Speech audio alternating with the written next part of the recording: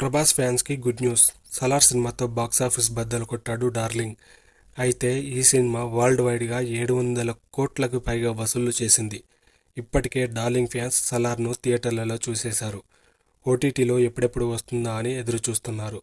ఈ నేపథ్యంలో వారి నిరీక్షణకు తెరపడినట్లే. ఈ నెల 20 నుంచి నెట్ఫ్లిక్స్లో ఈ సినిమా స్ట్రీమింగ్ కానుంది. దీంతో ప్రభాస్ ఫ్యాన్స్ ఫుల్ ఖుషీలో ఉన్నారు. తెలుగు, కన్నడ, తమిళ్, మలయాళంలో ఈ సినిమాను చూడొచ్చని నెట్ఫ్లిక్స్ తెలిపింది.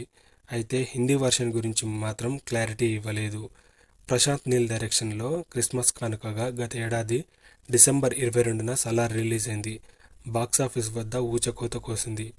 ఓటీటీ వర్షన్ రిపబ్లిక్ డే రోజు రిలీజ్ అవుతుందనుకున్నా, కానీ నెట్ఫ్లిక్స్ ఫ్యాన్స్కి సర్ప్రైజ్ ఇస్తూ జనవరి 20నే స్ట్రీమింగ్ చేయడానికి ముందుకు వచ్చింది. ఈ వీడియోను ప్రభాస్ ఫ్యాన్స్కి షేర్ చేయండి. ఇలాంటి మరిన్ని ఇంట్రెస్టింగ్ వీడియోస్ కోసం మా ఛానల్ని సబ్స్క్రైబ్ చేసుకోండి. వీడియో నచ్చితే